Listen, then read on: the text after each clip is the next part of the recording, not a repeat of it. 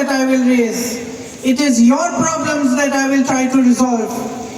It is your beliefs, your values, your hopes and your aspirations that I will stand for each and every day from now until the end.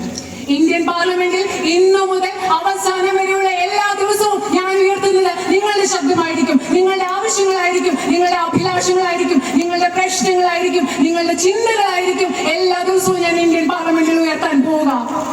Today is 4 months since the landslide in Churamala and Mundakai. ഇന്ന് മുണ്ടക്കയിലും ചൂരൽമലയിലും ഉണ്ടായ മണ്ണിടിച്ചിലും ഉരുൾപൊട്ടലും ഉണ്ടായിട്ട് 4 മാസങ്ങളായി.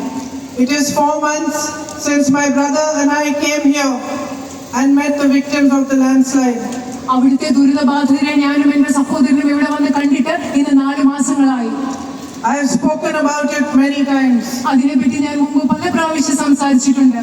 But today I want to say that it has been an inspiration for me to see how Wayanad came together, to see how all those people who had lost so much in their lives continued to stand up, continued to fight and went ahead with their lives no matter what had happened.